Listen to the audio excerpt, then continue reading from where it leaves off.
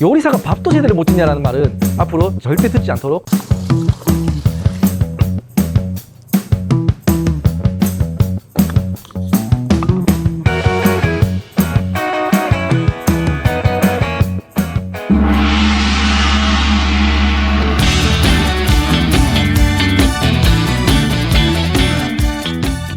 안녕하십니까, 일일일식입니다. 오늘은 음식 장르를 떠나서 우리가 매일 먹는 음식의 그 가장 기본이 되는 밥, 이 밥에 대해서 조금 깊이 있게 이야기를 해보려고 하거든요.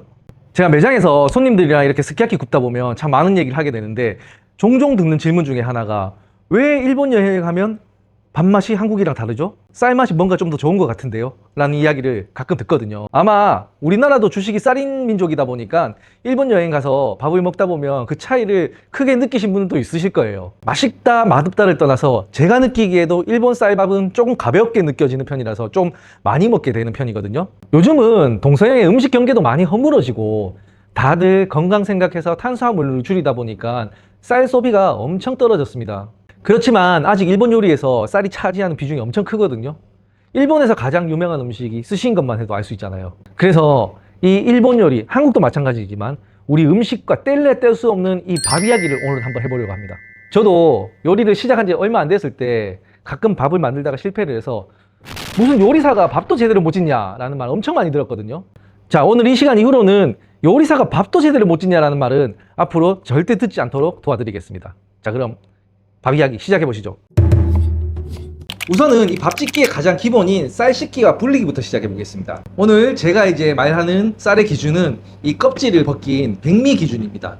여러분 머릿속에 혹시라도 현미라든지 찹쌀이라든지 흑미라든지 이런 거 생각하시면 다들 아시다시피 쌀은 이렇게 건조된 상태로 유통이 되거든요. 그래서 그냥 바로 물을 넣고 밥을 짓는 것보다는 물에 한번 불린 다음에 밥을 지어주는 게 훨씬 더 밥이 잘 지어집니다. 그러면 도대체 이 쌀을 얼마나 불려야 할까? 이거에 대해서 정확히 알고 계실까요? 사실 이 부분이 가장 중요하다고 생각해요.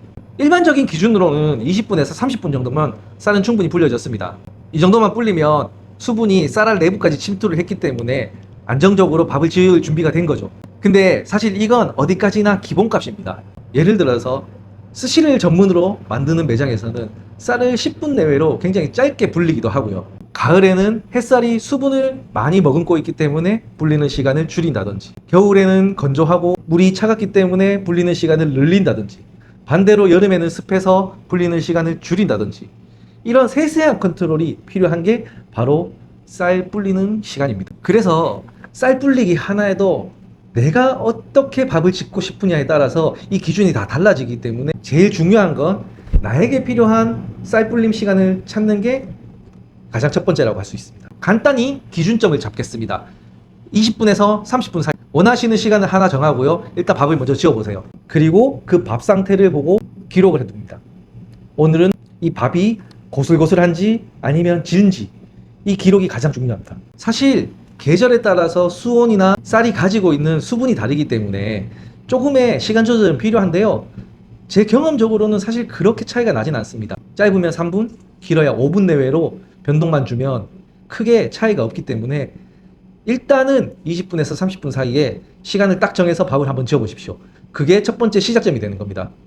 그리고 한 가지 더, 30분을 넘어서서 1시간 가까이 쌀을 불리게 되면 이 쌀에서 점성이 나오게 되거든요. 쌀 표면에 있는 전분이 풀리면서 점성이 나와서 밥이 질게 되고 떡처럼 찐득찐득하게 되는 거죠. 그래서 쌀 불리는 시간은 최대 30분이면 충분합니다.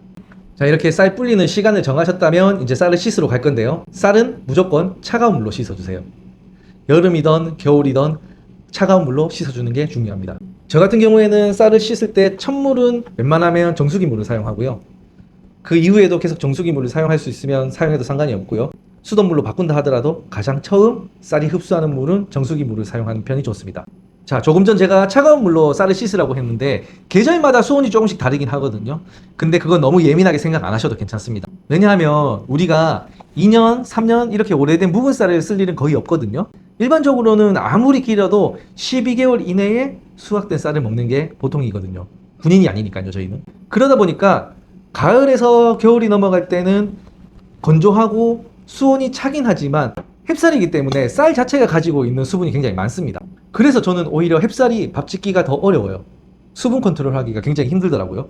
그리고 봄이 지나면서 대기가 건조해지고 쌀 자체의 수분 함량이 줄어드는 건 맞지만 그때부터 수돗물 온도를 생각해 보세요. 이제 수돗물이 그렇게 차갑진 않잖아요. 그러다 보니까 계절이 지난다고 해서 그렇게 극단적으로 쌀 불리는 시간을 변화시킬 필요는 없습니다. 그래서 아까 말씀드린 대로 길어야 5분이면 충분합니다. 그렇게 오늘 밥을 지어보고 너무 질다 싶으면 내일은 조금 줄이고, 반대로 오늘 너무 고슬하다 싶으면 내일은 시간을 늘리고, 본인에게 딱 필요한 불리는 시간을 찾았다면 이미 밥 짓는 건 절반 이상 완성됐다고 볼 수 있습니다. 자, 그럼 이제 밥을 지을 건데요. 두 번째 중요한 포인트가 물의 양이죠. 물을 얼마나 넣을까? 이게 이제 본인이 원하는 식감을 여기서 결정할 수가 있습니다. 이제 쌀을 20분 내지 30분 정도 불리면 불리기 전에 쌀무게 약 한 1.2배 정도가 되어 있거든요. 정확히는 한 1.15배인데 그냥 편하게 1.2배라고 생각하시면 돼요. 그래서 저는 이 불린 쌀 무게를 기준으로 물량을 잡습니다. 자, 일반적으로 조금 부드럽고 윤기 있는 밥을 원하신다면 불린 쌀 기준으로요, 물량은 1.1에서 1.2배 잡으시면 되고요. 딱 적당히 고슬고슬한 밥을 원하신다면 불린 쌀이랑 물량을 동량으로 잡으시면 됩니다.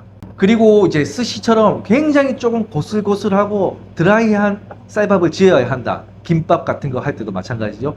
이럴 때는 불린 쌀보다 물을 적게 한 0.8, 0.9 사이 정도로 넣으시면 이게 밥 짓는 기준이 됩니다. 다만 이 기준은 흰밥을 지을 때 기준이고요. 만약 솥밥을 짓는다, 그러면 같이 들어가는 부재료에 따라서 또 조절을 해주셔야 돼요. 버섯이라든지 해산물이라든지 채소라든지 이렇게 수분이 많이 나오는 부재료들을 같이 넣게 되면 물량을 거기서 더 줄여주시는 편이 좋습니다. 요리가 굉장히 복잡한 것 같지만 이렇게 원리를 알면 굉장히 간단합니다. 자, 이제 밥을 지어 보려고 하는데요. 또 여기서 고민이 생기죠. 이제 어떤 솥에 밥을 짓느냐가 문제가 생깁니다. 저는 주로 무쇠솥을 사용하는데요. 도자기로 된 솥이냐 아니면 압력솥이냐 전기밥솥이냐 이런 차이가 있잖아요. 이게 이제 도자기냐 무쇠솥이냐의 차이가 뭐 예열이라든지 보온력의 차이는 조금 있긴 하지만 사실 그렇게 큰 차이는 없습니다. 근데 다만 이제 압력솥에 짓는다, 그럼 이제 완전 얘기가 달라지거든요.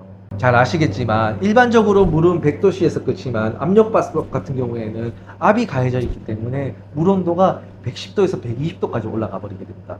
이 차이 때문에요, 쌀 안에 있던 전분의 익는 속도가 더 빨라지고, 그리고 쌀이 더 팽창하게 되고, 그리고 더 부드럽게 밥이 지어지는 겁니다. 대신에 그렇다 보니까 밥알 사이사이에 경계가 흐려지고 고슬고슬한 밥을 짓기는 굉장히 어려워요. 그래서 일식에서는 솥밥이라든지 스시라든지 이런 고슬고슬한 밥을 짓는 경우가 많기 때문에 압력솥을 사용하면 조금 불리한 점이 있습니다. 근데 반대로 찰지고 부드러운 밥을 원하신다면 압력밥솥을 쓰는 것도 괜찮습니다. 다만 압력밥솥을 쓰실 때는요, 아까 제가 알려드렸던 물량보다 조금 더 적게 잡으셔야 됩니다. 그래서 여기서 재미난 차이가 하나 있는데, 일본에 아실지 모르겠는데 조지루시라는 브랜드라든지 타이거 밥솥, 일본에서 유명한 이제 전기밥솥 메이커들이거든요. 이 전기밥솥은 밥을 굉장히 천천히 짓습니다. 천천히 밥을 지으면서요, 쌀을 단계적으로 올리기 때문에 밥 짓는데 1시간 이상 걸리거든요. 저도 처음 일본 유학 갔을 때 이걸 몰라가지고요, 배가 고파서 밥을 짓는데 밥이 안 지어지는 거예요. 한참 기다렸습니다. 아마 유학하신 분들 중에는 저 같은 경험 하신 분들이 있으실 거예요. 반대로 우리 한국의 쿠쿠 같은 브랜드들이 있잖아요. 압력으로, 전기지만 압력 넣어가지고 빨리빨리 지어주고, 이게 밥이 더 부드럽고 찰지게 밥이 지어지거든요. 아마 식감의 선호도 차이도 있는 것 같아요. 그리고 한국 사람들은 아무래도 조금 빠른 거 좋아하니까 빨리빨리 문화가 있다 보니까 그런 것도 있지 않을까요? 그럼 바로 쌀을 씻어 보도록 하겠습니다. 자, 이제 쌀을 넣고요. 이건 아까 미리 받아뒀던 정수기 물입니다. 항상 찬물은 웬만하면 수돗물 냄새가 배이지 않도록 깨끗한 정수기 물로 이렇게 한번 씻어주는데요. 쌀은 너무 힘을 주지 말고 이렇게 합장을 하듯 씻어주는 건 대부분 다들 아시고 계실 거예요. 그래서 첫물 이렇게 진하게 쌀뜨물이 나오면 버리고, 자, 이제부터는 수돗물을 사용하셔도 괜찮거든요. 이렇게 가볍게 합장하듯이 씻어주시면 되고요. 이제 시간이 지나면 지날수록 쌀이 수분을 이제 머금으면서 약해집니다. 그래서 불리는 시간 동안 계속 이렇게 씻는 게 아니고요. 이제 어느 정도 씻어도 뿌연 물이 아니라 이렇게 맑은 물이 나오기 시작하면 이제 물을 줄이고요. 저는 12분을 기준으로 좀 불리고 있어요. 12분 동안 물을 이렇게 약하게 틀어 놓겠습니다. 이렇게 물을 흘려가면서 씻으면 밥이 고슬고슬하게 지어지거든요. 근데 이제 한식처럼 윤기나 점성이 조금 필요한 밥이라면 굳이 이렇게 흘리실 필요는 없어요. 이거는 본인의 선택의 문제입니다. 자, 이제 12분이 지났고요. 이제 물을 빼주고, 여기서 이제 두 번째 중요한 포인트가 있습니다. 자, 이제 다 불려졌다고 이 밥을 그대로 지으면 안 됩니다. 이렇게 체에 맞춰서 지금 물을 빼고는 있지만 이 쌀 표면에는요, 쌀알 하나하나에 생각보다 굉장히 많은 수분이 붙어 있습니다. 그래서 지금 바로 밥을 지어버리면 이게 또 실패하는 포인트가 되는 거죠. 특히나 이 쌀 양이 많을 때는요, 아래쪽에 수분이 정말 잘 안 빠져요. 그래서 이렇게 뒤집어 가면서 저는 최소한 30분 이상은 이렇게 물을 빼주거든요. 스시 매장을 운영하는 제 지인은요, 약하게 선풍기를 틀어놓고 1시간 가까이 뒤집어 가면서 말려준다고 하더라고요. 그래야 이제 밥을 지을 때 내가 넣는 물이 정확하게 계량이 되는 거거든요. 이 과정만 잘 지켜주시면요, 밥을 지을 때 편차가 확실하게 줄어들 거예요. 자, 그럼 이제 본격적으로 밥을 한번 지어 볼 건데요. 오늘은 제가 이따가 삼치를 구워가지고 삼치를 올린 솥밥을 지어 보겠습니다. 아까 불려뒀던 쌀을 먼저 넣을 거고요. 쌀은 오늘 200g을 넣을 거예요. 200g이면 보통 3공기에서 4공기 정도 나올 거예요. 그리고 이 쌀이랑 동량의 이제 솥밥 다시를 넣을 건데요. 니방 다시에다가요, 우스구찌 간장이랑 사케를 넣었는데, 비율은 다시가 12에 우스구찌 간장이 하나, 그리고 사케가 하나 비율로 미리 섞어 두었습니다.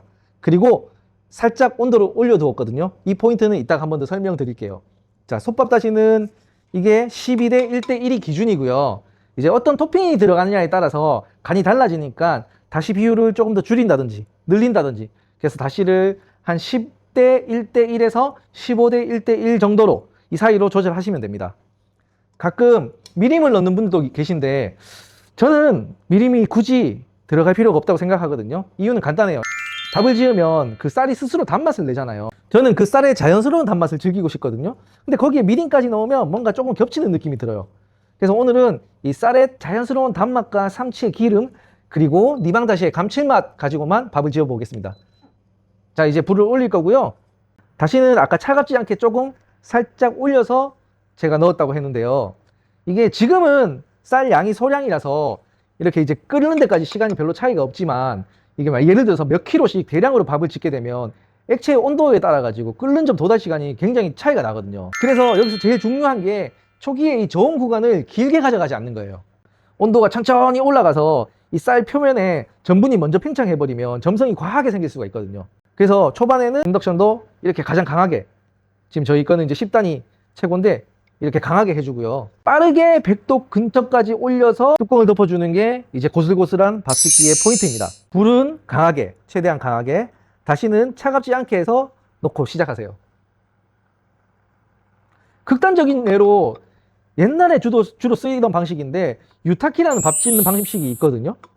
그거는 물을 먼저 끓이고 거기다 쌀을 집어넣어 버려요. 그래서 그 안에 물을 이제 어느 정도 끓이다가 쌀을 넣고 이제 물을 다시 덜어내고 뚜껑을 덮어서 마무리하는 방식이거든요. 표면에 점성을 줄이려고 이런저런 시도들이 있었죠. 자, 이제 벌써 1분이 지났는데 벌써 끓기 시작하죠. 자, 이때 불을 살짝만 줄여주고요. 저는 이렇게 계속 굵은 젓가락으로 밥알이 깨지지 않을 정도로만 이렇게 저어줍니다. 지금부터 이제 보면 밥물을 먹기 시작하면서 이렇게 다시가 줄어들죠. 저희 솥 기준으로 지금 2분이 지났거든요.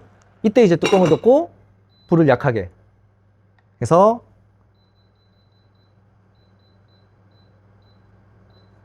저는 11분을 약불로 갈 겁니다. 제가 이제 젓가락으로 밥을 지을 때 이렇게 막 저어가면서 끓을 때까지 저어줬잖아요.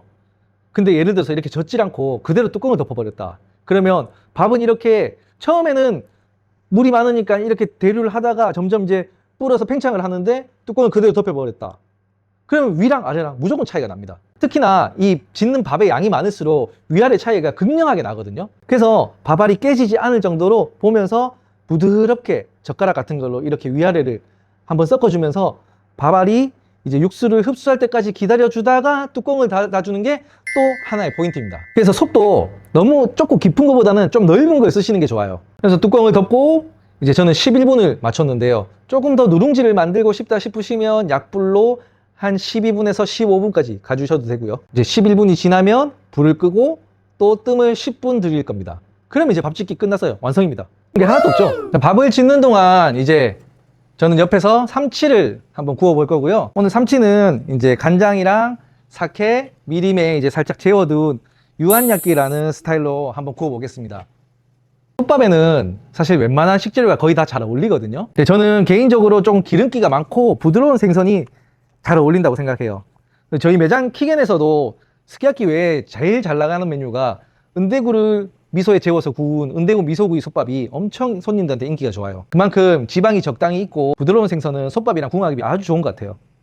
그래서 오늘 이 삼치도 제가 생각하는 솥밥과 잘 어울리는 식재료입니다. 집에는 이런 구이기가 없기 때문에 오븐에 구우셔도 되고요. 아니면 후라이팬에 따로 구워서 올려도 괜찮습니다. 이게 한국식 솥밥이랑 일본식 솥밥이 조금 차이가 있다면요. 한국식 솥밥은 처음에 밥을 지을 때 이런저런 재료들을 같이 넣고 이제 밥을 짓는 경우가 좀 많고요. 일본식 솥밥은 물론 밥을 지을 때 조금 야채를 넣는 경우도 있긴 한데 보통 이렇게 따로 조리해서 밥 위에 올려서 마지막에 버무리는 경우가 참 많거든요. 그게 솥밥만 아니고 일본 요리에서 대부분 좀 그런 방식을 많이 쓰는 것 같아요. 예를 들어서 니모노에도 타키아와세라는 조림 장르가 있는데요. 여러 재료를 이제 조릴 때 한 냄비에 넣고 다 같이 조리는 게 아니고 이게 뭐 죽순이면 죽순 따로, 당근이면 당근 따로, 토란이면 토란 따로 이렇게 조직감이 있고 죽순은 죽순대로 이렇게 개성이 있고 이걸 다 살려가지고 따로 조리해서 이제 마지막에 한 그릇에 같이 조화를 이루는 그런 방식이죠. 그래서 이제 비교를 하자면 한식이나 중식에서는 이렇게 같이 조리를 하면서 좀 어울림을 중요시하는 편이 좀 있는 것 같고요. 일본 요리는 각자의 개성을 최대한 존중해주면서 완성한 뒤에 조화를 이루려고 하는 좀 그런 사고방식의 차이가 있는 것 같습니다. 어느 쪽이 좋다 나쁘다가 아니고요. 이제 생각하는 방식의 차이고 접근 방식이 다른 거니까 이걸 이해하면 일식이 조금 더 깊숙이 보이실 거예요. 자, 이제 밥은 방금 불이 꺼졌고요. 이제 10분 동안 뜸을 들이겠습니다. 삼치가 맛있게 익어가고 있죠? 삼치도 이제 거의 다 구워졌네요. 자, 이제 밥이 다 지어졌고요. 한번 열어보겠습니다. 오, 밥알이 고슬고슬하게 잘 지어졌죠? 한번 볼까요? 밥알이 하나하나 이렇게 살아있게 고슬고슬하게 잘 지어졌네요. 그럼 이제 밥 위에 이건 이제 제가 미리 볶아뒀던 죽순채고요. 죽순채에 올리고 그리고 식감을 좀 주기 위해서 이거는 이제 줄기상추 이제 한번 볶아 놓은 건데요. 요것도 조금 넣겠습니다. 그리고 실파 송송 썬 거 많이 넣어 주시고요. 개인적으로 솥밥에 실파가 참 잘 어울린다고 생각을 해요. 이제 이 맛있게 구워진 삼치를 올리는 거죠.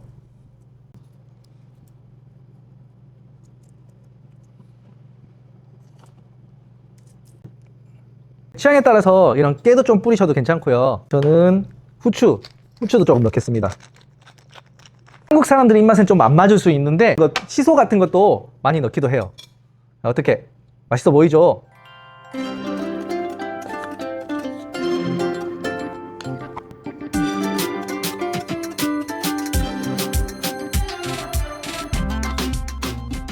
자, 이렇게 오늘은 저랑 이제 일본 요리라기보다는 이렇게 밥 짓는 법에 대해서 깊숙이 이야기를 한번 해봤고요. 사실은 이거 외에도 쌀의 품종이라든지 쌀의 전분이 또 2가지 종류가 있거든요. 이것저것 이야기하면 끝이 안 날 것 같긴 해요. 그렇지만 이제 가장 중요한 쌀을 불리는 시간이라든지 물량이라든지 그리고 밥 짓는 법에 대해서 이야기를 해봤으니까 아마 앞으로 밥 짓는 데는 문제 없으실 겁니다. 이 밥 짓는 것 또한 요리이기 때문에 이 원리만 이해하면 얼마든지 응용이 가능합니다. 저는 오늘 이제 삼치를 구워서 넣었지만 생선을 이렇게 구워서 넣어도 되고 튀겨서 넣어도 되고 고기를 넣어도 되고 야채를 넣어도 되고 얼마든지 활용이 가능하니까요. 여러분들이 다양하게 이제 시도해 보시기 바랍니다. 그리고 이 시간 이후로는 요리사가 밥도 못 짓냐라는 말보다 네가 지은 밥이 뭔가 특별해 라는 말을 앞으로 자주 듣게 되실 겁니다. 이상 1일 1식이었습니다. 감사합니다.